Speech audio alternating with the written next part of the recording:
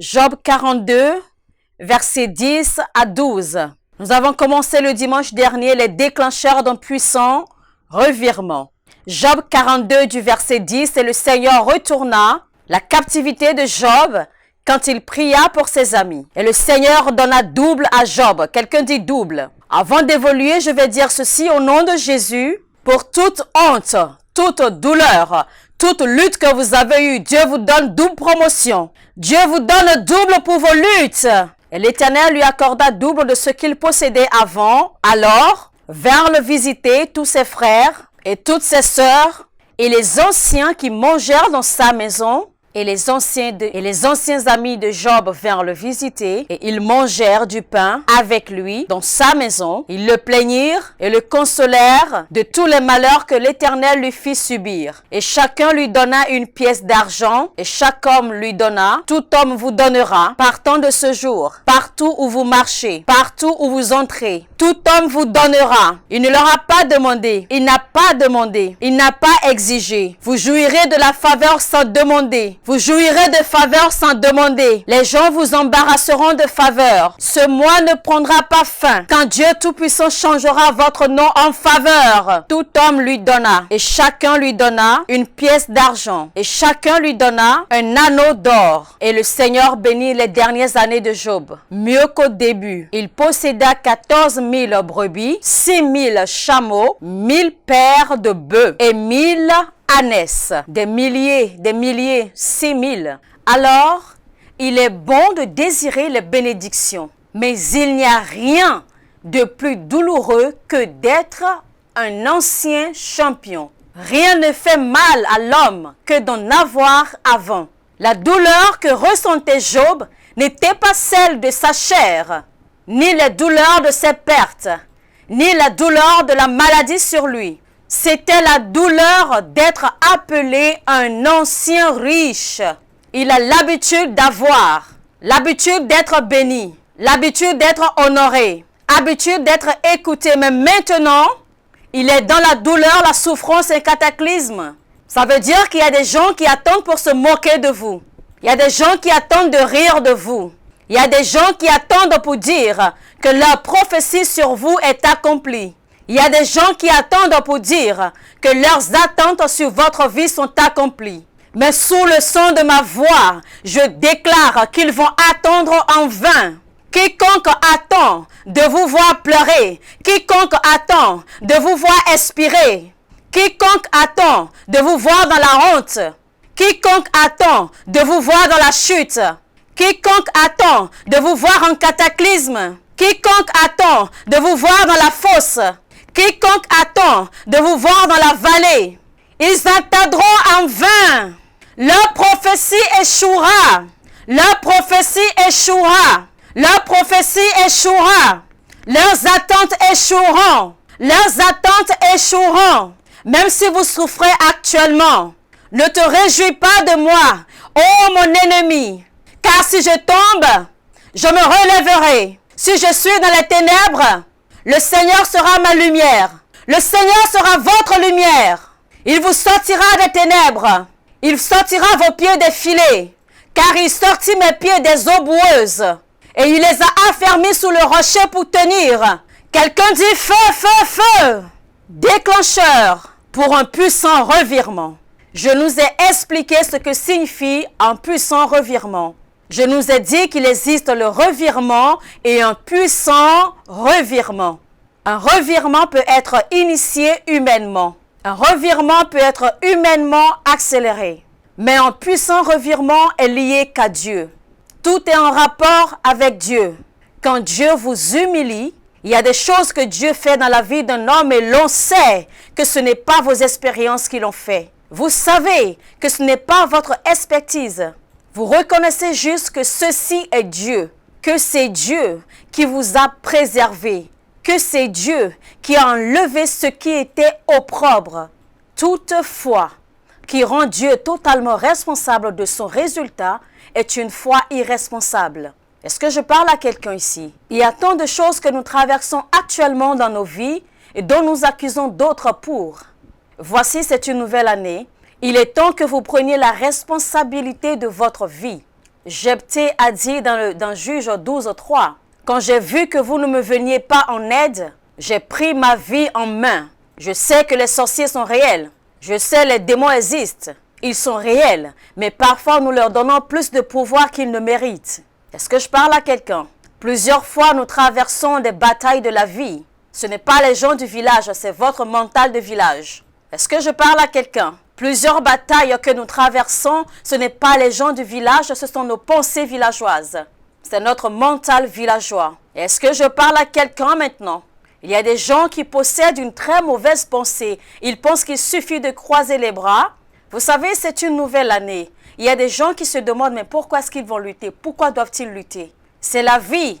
Ce qui doit arriver, ce qui va être, ne va pas être, à moins que quelqu'un le fasse être. J'aime ce que Jephthé a dit. Ne prenez pas un état de repos jusqu'à ce qu'une force soit appliquée. Ça veut dire que Job avait une option.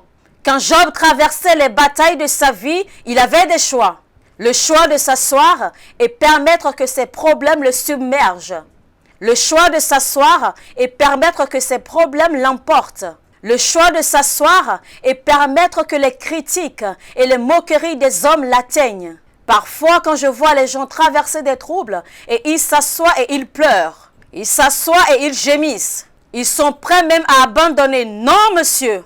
Nous sommes d'une génération de personnes où quand nous faisons face aux batailles, cela ressort nos résultats et nous voulons plus avancer. Les batailles de la vie ne doivent pas vous séparer de Dieu, plutôt qu'elles vous fassent courir à Dieu. Les batailles de la vie ne doivent pas vous couper de Dieu.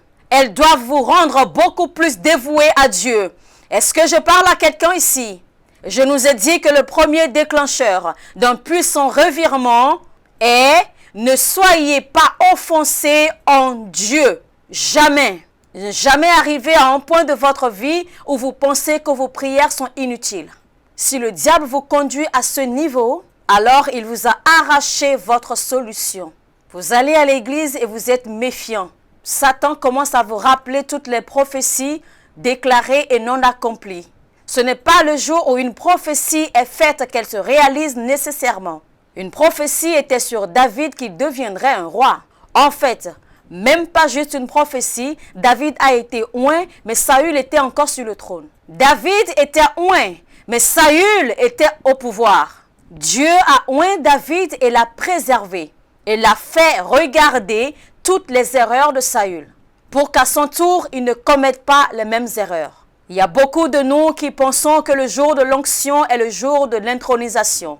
David était oint, mais Saül était au pouvoir. Toute prophétie a un processus d'incubation. Toute prophétie a une période d'incubation. Quand la prophétie est conservée au froid, quand la prophétie est en incubation, il y a un temps déterminé qu'une prophétie se manifeste. Les prophéties n'ont pas le pouvoir de s'accomplir d'elles-mêmes. Il y a des qualités attachées à l'accomplissement d'une prophétie. La patience est impliquée et la loyauté aussi est impliquée. L'engagement est impliqué. La prière est impliquée. Le sacrifice est impliqué. Le dévouement. Ne soyez pas offensés de Dieu. Jamais. Le diable vous ment que Dieu n'est pas bon envers vous. Demandez-lui qui l'a maintenu en vie. Le diable vous dit que Dieu n'est pas fidèle. Demandez au diable qui l'a épargné quand il s'est rebellé. Si Dieu n'était pas bon, même le diable qui vous souffle serait déjà fini. Que Satan soit en vie au point même de vous suggérer des choses est la preuve que Dieu est fidèle. L'existence du diable est la preuve de la fidélité de Dieu. L'existence du diable est la preuve de la miséricorde de Dieu. Si le diable qui a fait toutes ces choses contre Dieu a même été épargné, pourquoi pas vous qui n'avez même pas fait la moitié de ce qu'il a fait? Quand le diable vous souffle que Dieu veut vous tuer, demandez-lui, est-ce qu'il t'a tué?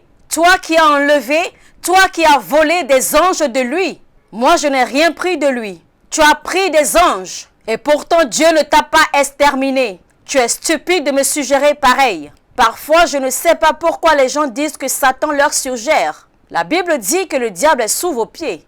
Comment se fait-il que ce qui est sous vos pieds quitte les pieds et remonte à vos neurones? Ce qui est fait pour demeurer sous vos pieds quitte vos pieds, a traversé vos jambes, passant par vos hanches et rejoindre votre tête et vous suggérer des choses. Quand le diable vous fait des suggestions, dites-lui ceci. Retourne en bas, va en bas. C'est de là que tu viens. Il a dit, tu écraseras la tête du serpent. Il écrasera tes talons. Le Satan est seulement permis d'écraser vos talons. C'est pour ça qu'il est dangereux de porter les hauts talons. La Bible dit qu'il doit briser vos talons. Est-ce que je communique ici? Ne soyez pas offensés. C'est ce qui a terminé et exterminé Jean-Baptiste. La Bible dit dans le verset où on a lu, le verset 10, « Et Dieu », quelqu'un dit « Et Dieu », « Et Dieu », « Et Dieu », « Et Dieu », « Et Dieu » retourna, « Et Dieu retourna », « Et Dieu retourna », « Et Dieu retourna ». Aidez-moi à dire à 4 personnes, gauche et droite, seul Dieu peut le faire. Si vous devez expérimenter un puissant revirement, vous devez savoir, seul Dieu peut le faire. Seul Dieu peut le faire. Seul Dieu peut le faire. La Bible dit dans Actes chapitre 4 et au verset 12, « Il n'y a pas de salut en aucun autre, car il n'y a aucun autre nom donné parmi les hommes par lequel on peut être sauvé. Seul Dieu peut le faire. » La Bible dit dans Job 42, verset 2, « Je reconnais que tu peux tout faire et rien ne peut s'opposer à tes pensées. C'est pour cela qu'il peut sauver parfaitement ceux qui s'approchent de Dieu par lui, étant toujours vivants pour intercéder en leur faveur. » Philippiens 3, 21, il dit que Dieu est capable d'assujettir à toutes choses. Philippiens 3, verset 20, il dit que Dieu est capable de faire toutes choses excédemment et abondamment, infiniment au-delà de ce que nous demandons ou pensons et par la puissance qui agit en nous. Il dit dans Daniel 3, verset 17, « Notre Dieu que nous servons peut nous délivrer de la fournaise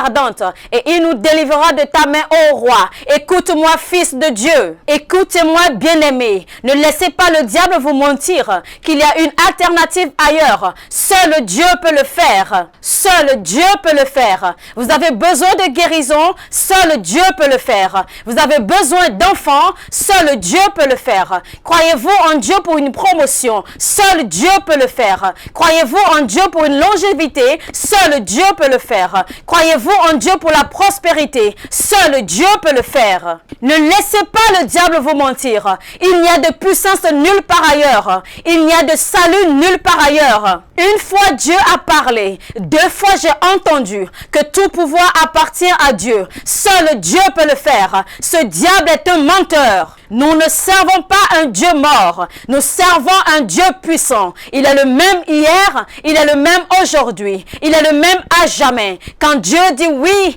personne ne peut dire non. Quand Dieu t'élève, personne ne peut te rabaisser. Dieu est avec vous. La puissance est avec vous. La gloire est avec vous. Seul Dieu peut le faire. Vous sortirez des troubles. Seul Dieu peut le faire. Vous sortirez des maladies. Seul Dieu peut le faire. Vous sortirez du recul. Seul Dieu peut le faire. Quelqu'un crie feu, feu, feu, feu, feu. Installez-vous. Écoutez. Écoutez ceci. Toute alternative à Dieu est une alternative vers le pire. Toute alternative à Dieu est une alternative vers le pire. Toute chose qui est faite alternative à Dieu est une alternative vers le pire. Vous devez atteindre un point dans votre vie où vous vous dites, tout ce que Dieu ne peut faire, qu'il demeure tel. Si Dieu ne peut me bénir, que je demeure tel. Toute chose que Dieu ne peut faire, que cela demeure tel. Car s'il y a quelque chose, toute chose qui est suggestive, ces personnes qui vous disent qu'ils ont visité des féticheurs, ils ont eu une grossesse, ils ont visité ceci, ils ont eu cela, ils ont visité cela, ils ont eu ceci, c'est un agenda satanique. C'est un sort diabolique. Le diable ne peut pas vous donner ce qui ne vous troublera pas. Vous allez au diable pour un enfant, il vous donnera son produit. Tout fabricant vous donne son produit. Et c'est une extension. Suis-je en train de communiquer? Pourquoi Dieu est-il énervé? Quand Dieu vous voit adorer des idoles, pourquoi est-il énervé? Pourquoi Dieu est-il énervé? Puis-je vous dire ceci? La jalousie de Dieu est sur la plateforme de son omnipotence. La jalousie de Dieu est sur la plateforme de son omnipotence. Il est jaloux parce qu'il est tout puissant. C'est sur la plateforme de son omnipotence. Il est tout puissant. Il est l'omnipotent Dieu. Alors où allez-vous? Ceux qui servent les idoles, Jérémie 10 nous dit, ceux qui servent les idoles leur ressemblent. Ceux qui les servent, la Bible dit qu'ils leur ressemblent. La génération de gens dont la Bible nous parle dans Romains 1, 25, qui ont choisi de servir la créature et non le Créateur. Ils ont choisi de servir. Il dit qu'ils ont transformé la vérité de Dieu en mensonge. Ils adorent, ils servent la créature plus que le Créateur. Quand le diable vous dit que servir Dieu est un problème, c'est ce genre de situation dans laquelle Élie s'est retrouvé et il a appelé Ahab. Il dit, jusqu'à quand vas-tu être entre deux opinions? Les croyants en Dieu vont aller dans la maison de féticheurs. Quand ils finissent avec le féticheur, ils reviennent dans le temple de Dieu. Dieu est l'alternative. Il dit, jusqu'à quand allez-vous être entre deux opinions? Si Dieu est Dieu, servez-le. Si Baal est Baal, servez-le. Si Dieu est Dieu, servez-le. Si Baal est Baal, servez-le. Jusqu'à quand allez-vous être entre deux opinions? Et j'ai besoin que ceci soit une parole qui va demeurer dans votre pensée. Seul Dieu. Et Dieu retourna. Et Dieu retourna. La confiance est la vertu la plus élevée dans notre voyage de chrétien. La confiance, c'est la plus grande vertu. Dieu merci pour la foi. Dieu merci pour l'espoir. Dieu merci pour l'amour. Dieu merci pour tout ceci. Mais la plus grande vertu, c'est la confiance. Car la confiance tient ferme, même quand la foi échoue. Quand bien même l'espoir est questionné. La confiance tient ferme. Quand tout a l'air d'aller contre vous, la confiance tient ferme. Psaume 11, verset 1. Psaume chapitre 16, verset 1 dit « Aie foi au Seigneur ». Psaume chapitre 20, verset 7 dit « D'autres comptent sur leurs chars, certains sur leurs chevaux, mais nous croyons dans le nom du Seigneur ». Proverbe chapitre 3, verset 5 dit « Confie-toi à l'Éternel de tout ton cœur et ne t'appuie pas sur ta sagesse. » En d'autres termes, verset 6 « Reconnais-le dans toutes tes voies et il aplanira tes sentiers. » Psaume 125, verset 1 dit « Ceux qui croient au Seigneur seront comme la montagne de Zion et ne peuvent être déplacés. » Psaume chapitre 25, verset 2 dit « Ô mon Dieu, en toi je me confie. Que je ne sois pas couvert de honte et que mes ennemis ne se réjouissent pas à mon sujet. » Dans Ésaïe 26, verset 4, il dit « Confiez-vous à l'Éternel à perpétuité, car l'Éternel est l'Éternel, le rocher des siècles. » Votre confiance, c'est quoi la confiance? La confiance, c'est la loyauté. La confiance, c'est la fiabilité. La confiance, c'est une résolution. La loyauté. La confiance est une fiabilité absolue. La confiance est un engagement sans méfiance. La confiance est stupéfiante. Stupéfiant. Un engagement stupéfiant. Une dépendance stupéfiante. Un dévouement stupéfiant. La confiance, c'est ce qui touche l'esprit d'un homme et il dit, même si Dieu ne me bénit pas alors que je demeure tel. Même si mon service à Dieu est de l'arnaque, que cela demeure tel. Rien ne peut me bouger. Alors même s'il n'y a pas le feu infernal, il y a le feu terrestre. Alors la Bible dit, et Dieu. J'ai donc besoin que vous compreniez que personne ne vous mente. Que jamais personne ne vous mente.